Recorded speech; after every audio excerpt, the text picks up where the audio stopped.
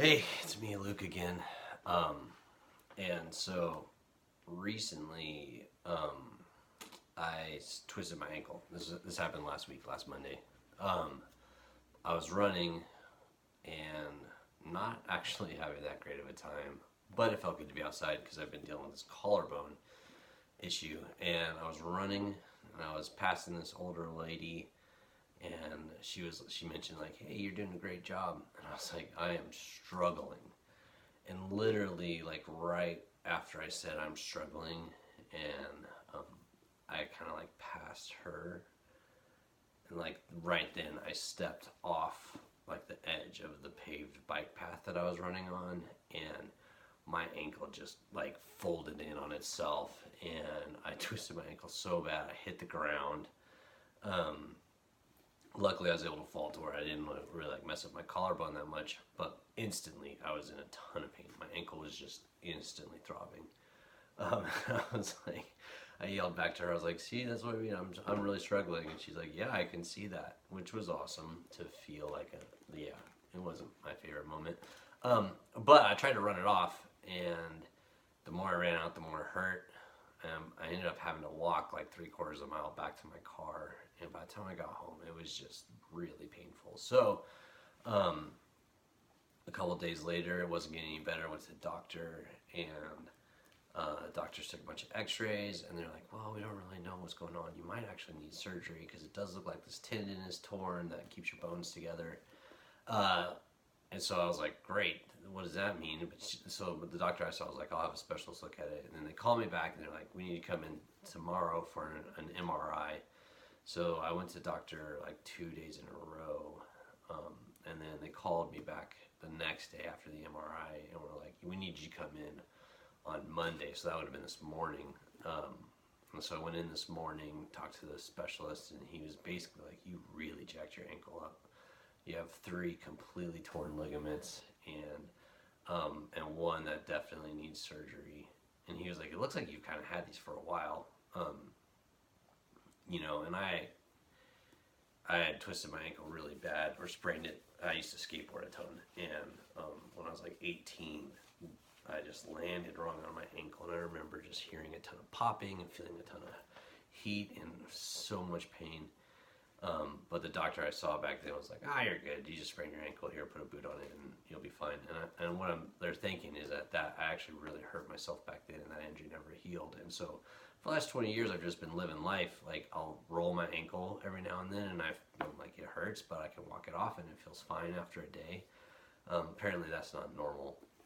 But, so on Wednesday, I have to go in and get surgery, and until I have my ankle repaired, and I'm really psyched about that because I just had surgery on my collarbone right here. You can see that scar, and that bone is still healing. I had that surgery on like 6 weeks ago, and so I felt like right as I was about to get into like being able to have fun. We just moved here to Central Oregon, and I was like really excited about all the outdoor fun to have out here, and right away hurt myself again, and now I'm going to be out of commission for another 6 to 8 weeks, I think. So that's a hard pill for me to swallow, and even kind of weirder realizing like the injury in my ankle has probably been there for a really long time.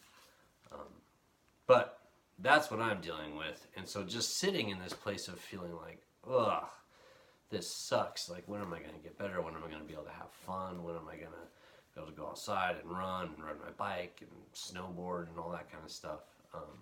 I was taken back to the story in the Bible of a woman who had a much worse situation going on than me, and how Jesus really just stepped into that.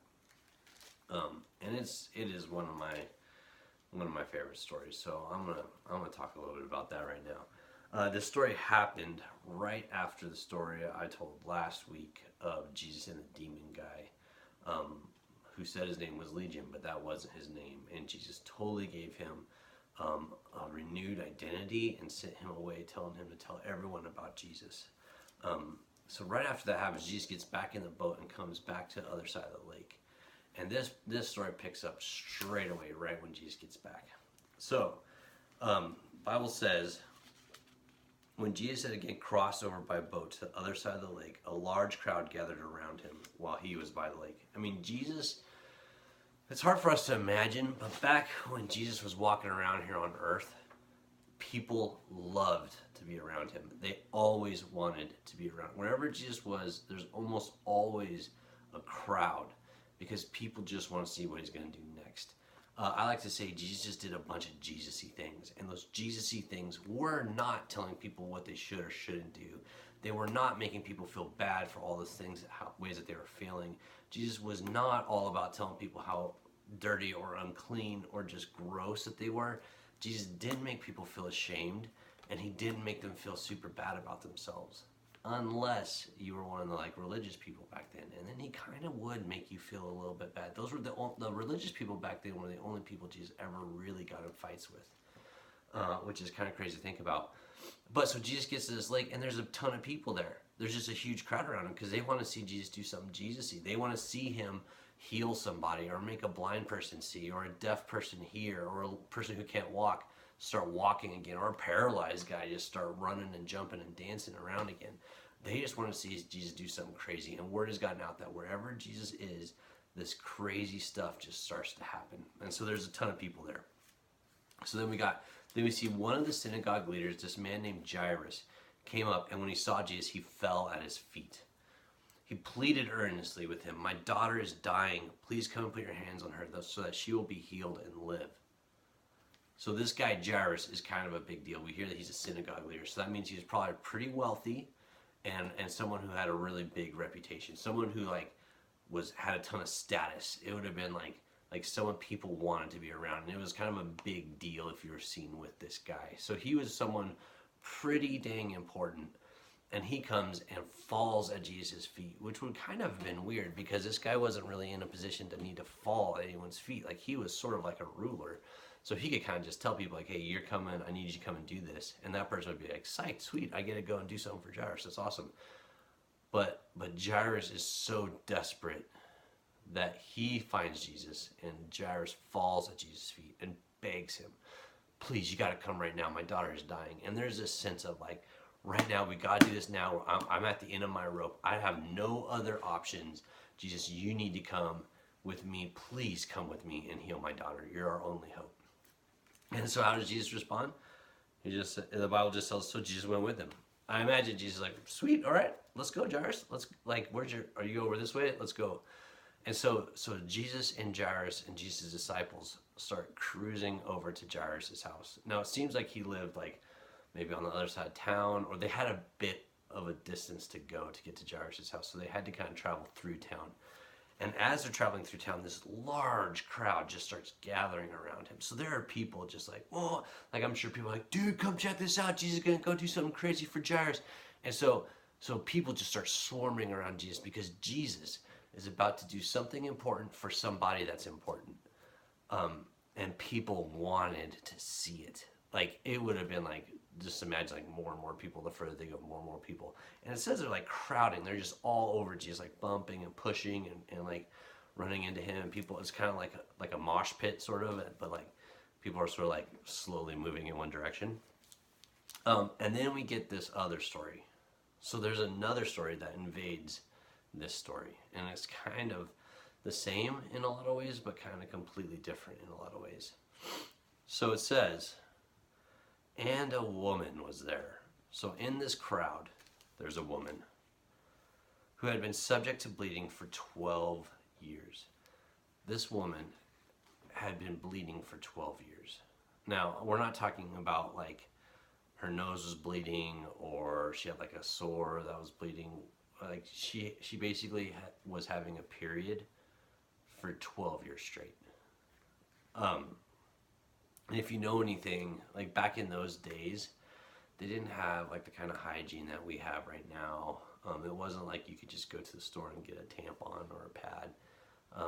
It was sort of when a woman was bleeding, she was considered unclean, and if she touched anyone, that person would be unclean until that night. And so most of the time when women were on their period, they were sort of isolated. They weren't supposed to be around large crowds because Because in those days, if an unclean person touched someone who was clean, then that clean person was now also unclean. And it was just this big sort of like, there was a lot of social stigmas around it. There was a lot of just rules and regulations. And so this poor woman had been in that condition for 12 years straight, like no breaks, no nothing. And because of that, after 12 years, most Bible scholars think that this woman probably, that started happening pretty early, like right around puberty, which back then was like around 12 years old. And so she probably had never been married. No one's going to want to marry her. Like a man's not going to want to marry her. She can't have kids because of this condition. And she's unclean, so you can't touch her. So she's never been married. If she was married, if she did end up with this condition, like several years after puberty, and she had already been married, that man would have most likely divorced her, because it was legal to divorce a woman back then if she couldn't bear kids. And so this woman would not have been able to have children. And so if she was married, she wasn't married anymore. He would have most likely divorced her. So we see this woman who, we don't know her name. We know Jairus' name because he's important, but we don't know this woman's name. And she is, again, like Jairus, she's at the end of a rope. She's alone. She's unknown. She's probably unwanted. And she is at the end of her rope. We learned that she had suffered a great deal under the care of many doctors and had spent every penny that she had. Instead of getting better, she just kept getting worse. So she's poor too. She spent all of her money. And guys, we're not talking like they didn't have doctors. Like I just went to doctors and got a ton of x-rays and MRIs and did all these tests. Back then it was like folklore. So they probably did a bunch of weird stuff, and it says they made it worse. And she was poor now because she was having to pay them. So this girl is, this poor woman is just sort of like at the end of a rope. It says when she'd heard about Jesus, she came up behind him in the crowd and touched his cloak. So she starts sneaking through a crowd. Now, the other thing we have, if someone would have like seen her who knew about her condition, and she's like touching all these people as she tries to get close to Jesus, she would have been in a ton of trouble because she's making every single person that she touches unclean. So she's kind of risking it all. Like she's like, I don't give a crap anymore. I am going to do whatever I have to do to get close to Jesus because that's my only hope. But she doesn't want Jesus to know that she's there. She wants to just sneak up and just touch the edge of his cloak. So that's what she does. Because she thought, if I touch his clothes, I'll be healed. And immediately when she touched Jesus' cloak, her bleeding stopped and she felt in her body that she was free from suffering. I love that. I don't know if it was like have you seen the Kung Fu Panda movie, the first one, when he like does that skadoosh on the bad guy and it's like and this like giant thing just sort of like goes out everywhere. I don't know if it was like that, and she was just like this burst of energy came out of Jesus' cloak, and she was just like and knew like automatically she was better, or if it was much more subtle, which I tend to think it was much more subtle because we found out no one else noticed, and she just knew, like she just felt this like rush go through her body. But whatever it was, she knew that she was clean, that she had been restored, and that she was made well. She was freed from her suffering, not just her physical suffering, but from her suffering, from her emotional suffering, from her like loneliness, from her feeling unwanted, from feeling like she had to live on the edges of society. She was fully restored, and she would have been able to jump right back into the world that she wanted to live, like right back into society. She was freed from all of her suffering. Well, we find out that Jesus knew what happened. Like, shocking. At once, Jesus realized that power had gone out from him, and he turned around in the crowd and asked, "Who touched my clothes?" So Jesus also felt like, dude, something happened, and like I want to know who touched me, like what was going on. His disciples are like, "You're freaking crazy. How can you ask who touched me? Like, there's people bumping into everyone all around here, Jesus. Like, you're nuts. Yeah, someone touched you. That person just touched you right now. Like, what are you talking about? 1 million people are touching you right now, and you're asking for this one, like, Like, who cares? They're basically saying, who cares? Let's keep going. Jairus is right here. Remember Jairus? He's really important. Well, remember his daughter? Like, we got to go do this really important thing for this really important person. But Jesus is stopped. And he's like, nope. Something else just happened. Something important just happened. And I want to know who this person was. So Jesus kept looking around, and he would not let everyone go. People are probably getting kind of agitated. Jairus is probably like, no, come on. Like, we got to get going. Why are we stopping? My daughter's sick. Like, Jesus, what are you doing? But Jesus stays.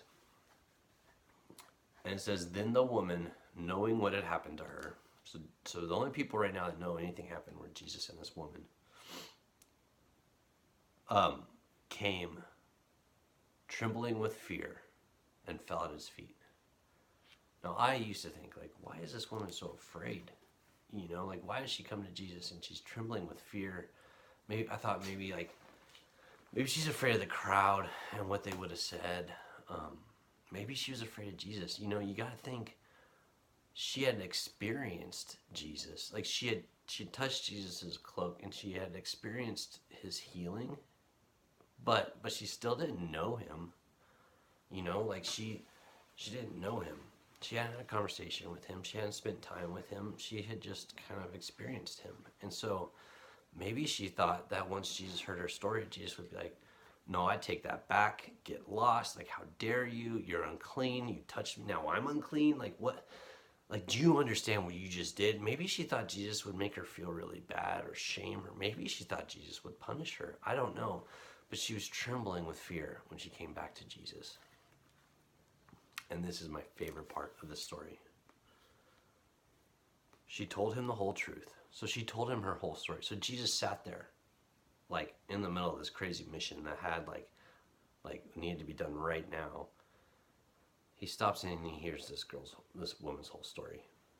Like, he lets her tell him everything. And I imagine that he wasn't just sort of like, are you done yet? I imagine he was, like, engaging her, asking her questions, giving her those cues, like, oh, I'm so sorry. That must have been so hard. He sat and he listened to her whole story. And then after that, Jesus said to her, daughter, your faith has healed you. Go in peace and be freed from your suffering. Daughter. I doubt this woman had heard anyone call her daughter in a really long time. The person who wrote this story in the Bible we never know her name. She's just the woman. I mean, the title in your Bibles will say, Jesus heals a bleeding woman. She's unknown. She came in there just this unclean, unknown stranger. And she left a daughter of the Messiah, a daughter of Jesus, a daughter of one of the most popular people the planet has ever known. She entered in just full of suffering and tragedy. She entered in unclean. And Jesus freed her from her suffering, gave her an identity as a daughter, and set her free. She wasn't unclean anymore.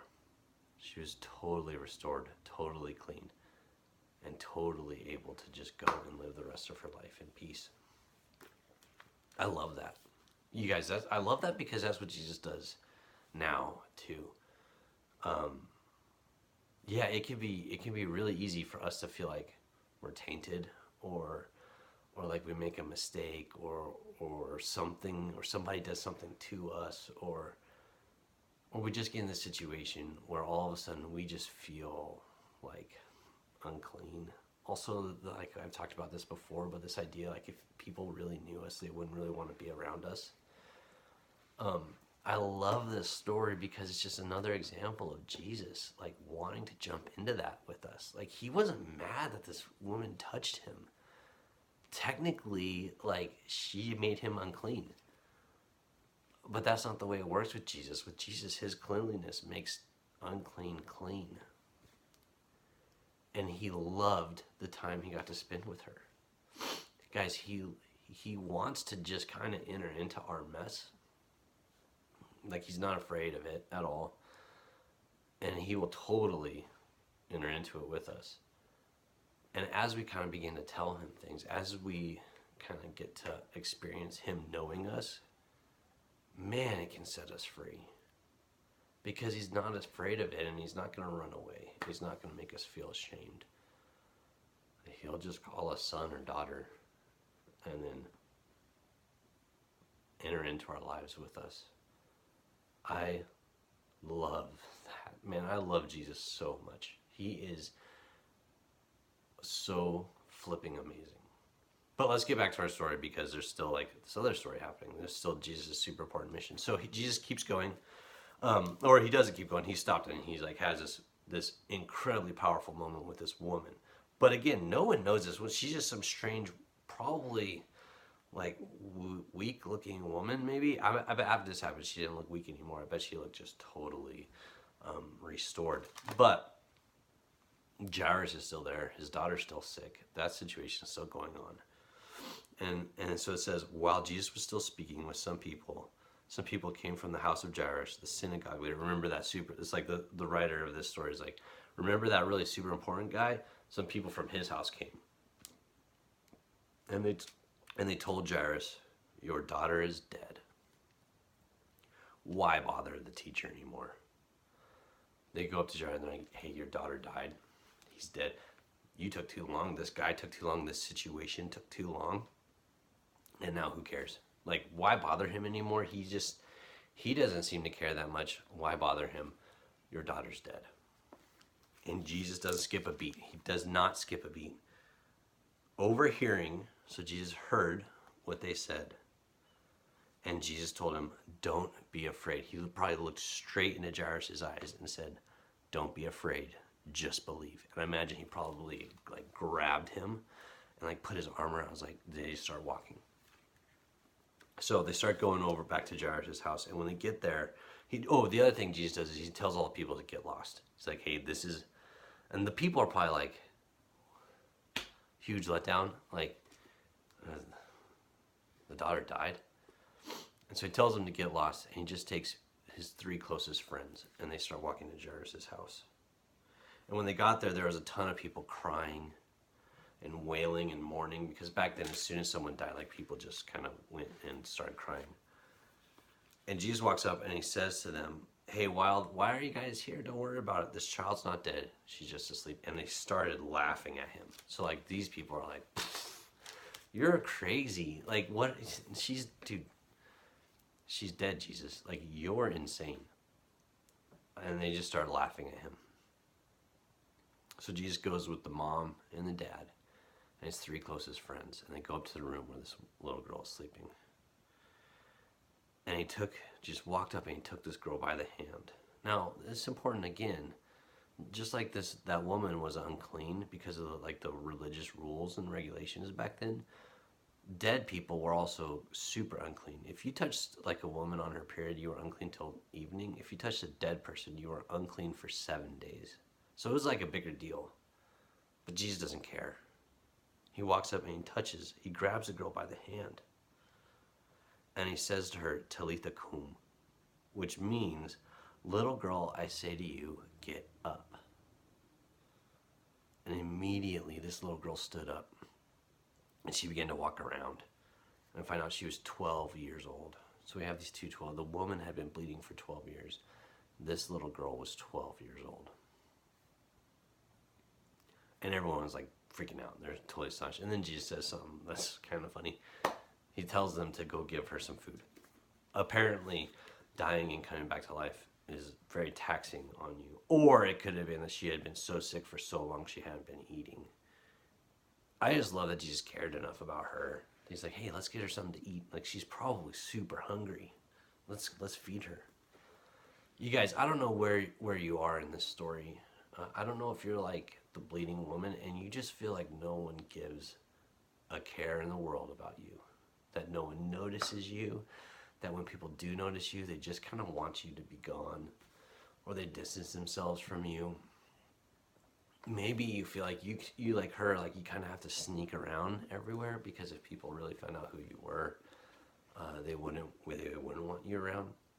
You guys, like, just like with the woman, Jesus is not afraid of that. Like, he's not afraid of whatever mess that you're in.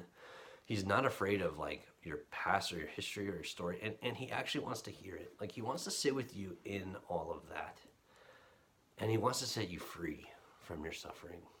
Like, he really does.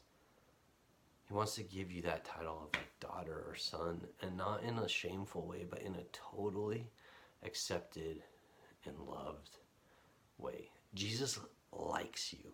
He loves loving you. Like, he doesn't love you begrudgingly, like, I'm Jesus, so I have to love everyone, but man, I really don't want to. No, he loves loving you. Maybe you're like Jairus and you feel like you've just been let down, and you feel like there's just no hope. You guys, I want to say, first of all, Jesus, like, if you're someone who has believed in Jesus in the past and you're beginning to have doubts or whatever, Jesus isn't upset about that. Like with Jairus, he says, don't be afraid, just believe. Like, he understands, like, you're in a crazy situation. This world is pretty nuts, and Jesus knows that. But he like comes around us and he says, don't be afraid, just believe.